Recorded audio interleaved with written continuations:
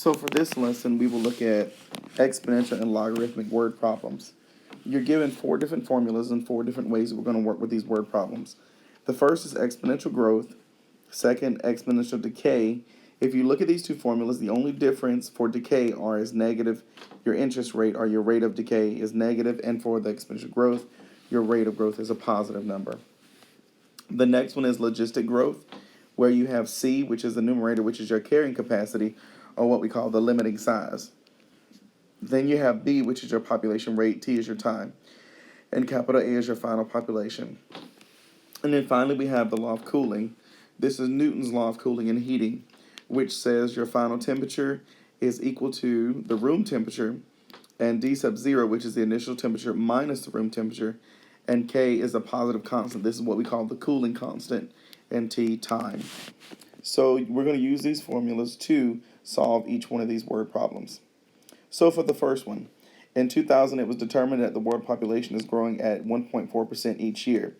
In 2050 the world population is estimated to be 12.3 billion.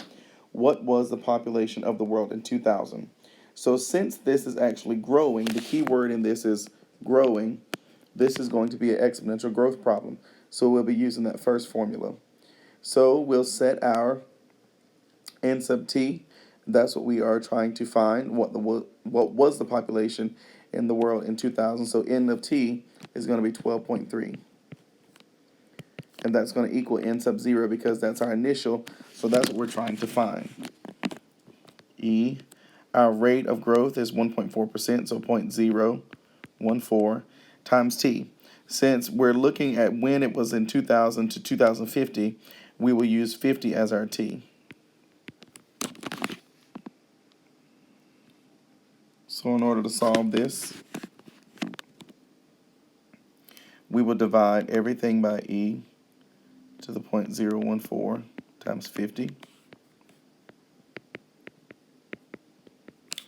And that simply gives us n sub 0 equals around 6.1.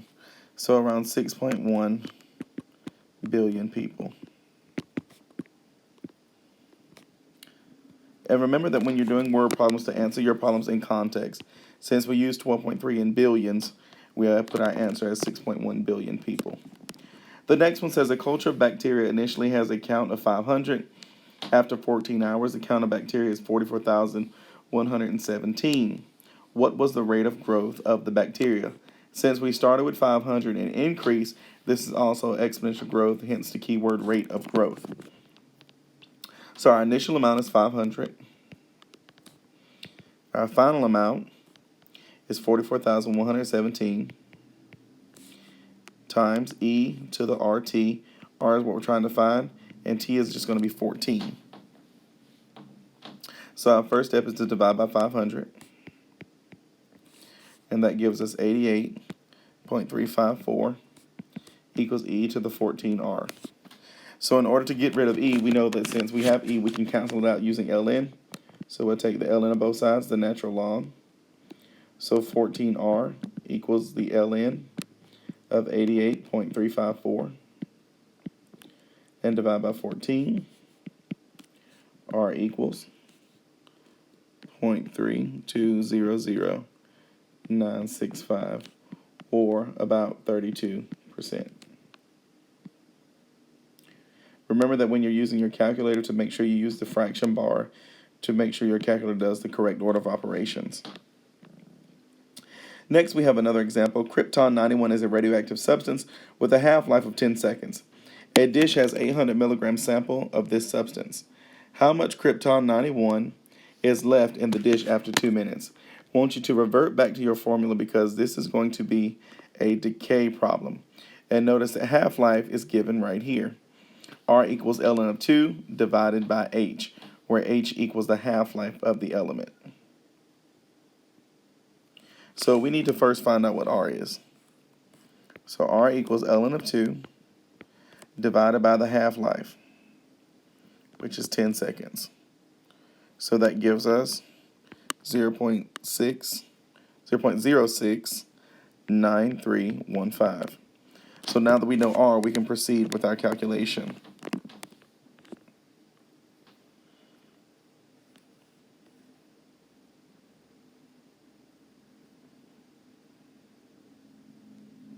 So we know our initial amount is 800. E to the R, it's negative 0.069315. 2 minutes.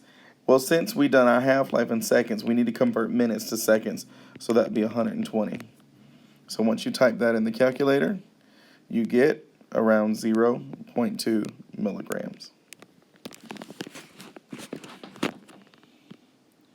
So I'm going to skip a couple problems because all of this is pretty much the same information. So what we want to look at is to be sure that we can do all of these types of problems. So we're going to look at E, the one with the logistic equation. This function describes the number of people who have become ill with the flu T weeks after its initial outbreak. After how many weeks was 28,583 people infected with the flu?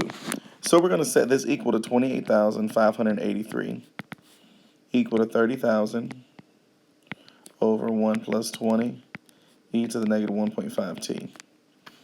Now, I told you guys that whenever you want to solve for something in the denominator, because that's where our t is located, it's in the denominator, we just switch it with the other side of the equal sign.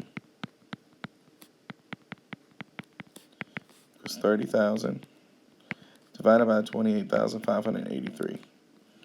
So then we would figure out what that equals.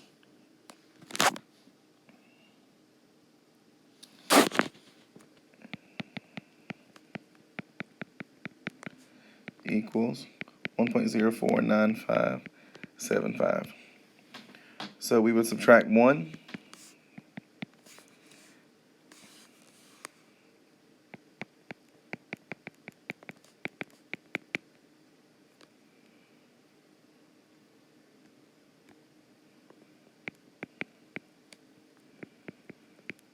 And divide by 20.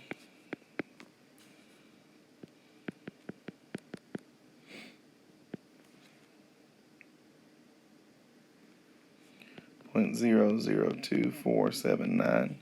Take the natural log of both sides to get rid of the e. So negative 1.5t equals ln of 0.002479 and divide by negative 1.5. And that would give you t equals around 4. So around 4 weeks.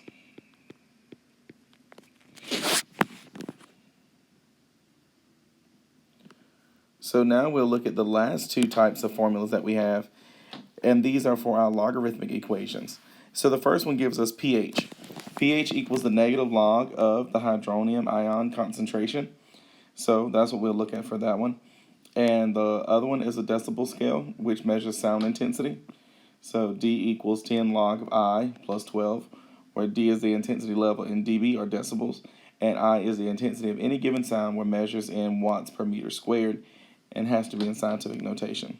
So just looking at a couple of these examples, the hydrogen ion of a sample of human blood was measured to be H equals 3.16 times 10 to the negative 8 m. Find the pH and classify the sample. So the pH is equal to the negative log 3.16 times 10 to the negative 8. And that's going to equal around 7.5. So according to our pH scale, that is considered to be basic.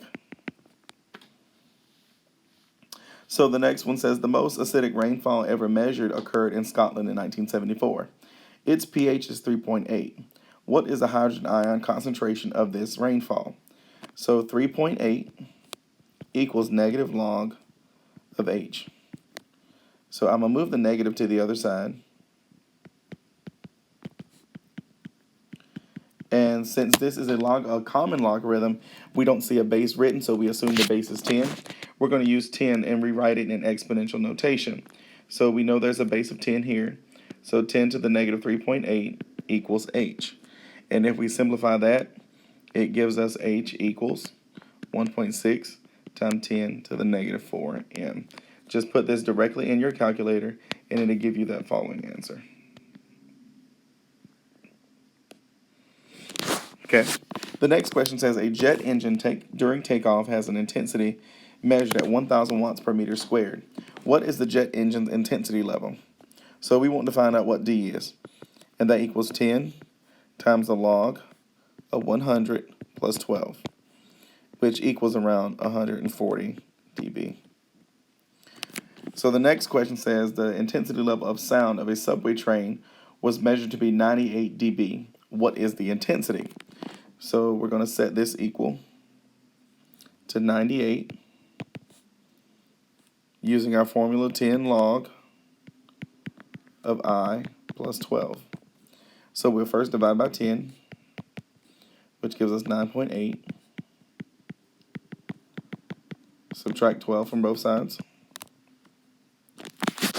So log of I equals negative 2.2. Convert this, since this is the base of 10, convert it to exponential notation. So 10 to the negative 2.2 equals I, which equals 0.0063, or 6.3 times 10 to the negative 3 watts per meter squared. Be sure that you understand what the word problems are asking. Even though I did not do D and F, make sure you go back and look at those two problems and try to do them on your own. So for D, the answer will be 280 days.